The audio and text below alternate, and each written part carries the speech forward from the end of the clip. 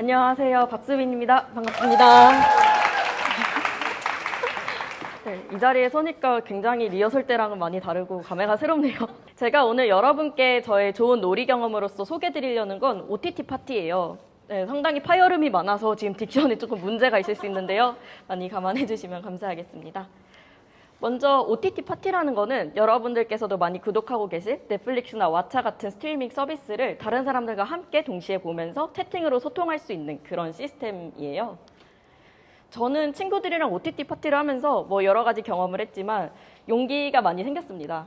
여기 화면에 보이는 영화들은 제가 친구들이랑 OTT 파티를 통해서 봤던 영화들의 일부예요. 보시면은 전부 공포영화인데 사실 저는 공포영화를 못 봅니다. 피도 못 보고요. 잔인한 거, 폭력적인 거, 누가 누굴 때리는 것도 정말 못 봐요. 그런데도 항상 공포영화에 대한 호기심은 있었어요. 이거 진짜 이상하다라는 말을 진짜 많이 들었거든요. 그래서 친구들과 함께 영화를 보기 시작합니다.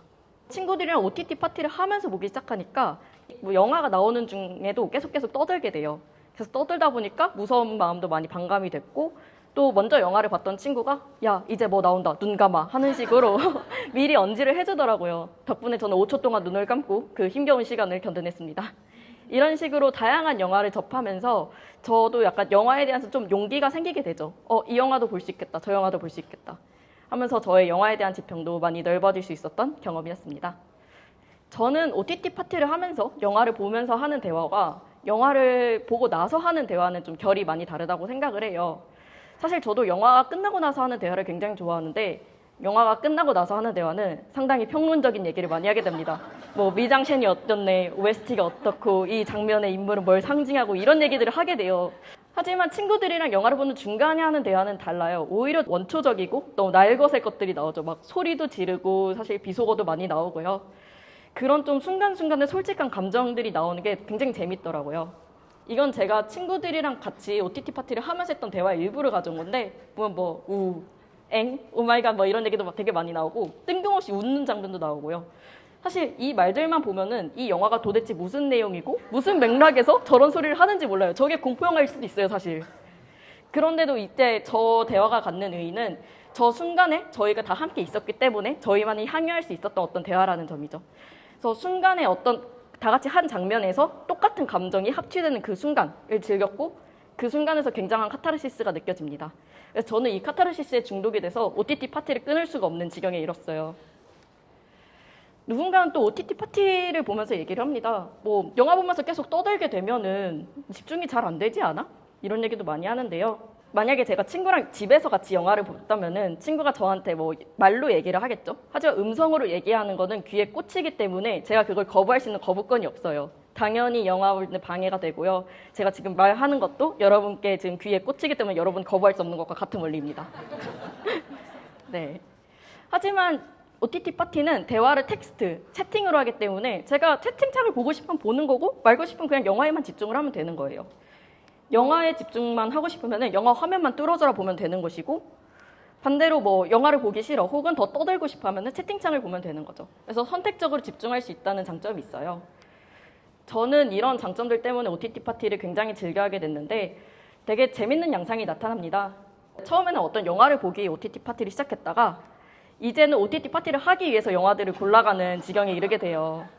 어떤 영화들을 골라가냐면 이상한 영화들을 많이 골라가게 됩니다. 네, 가끔씩 제가 마조이스트가 된 기분도 조금 들어요.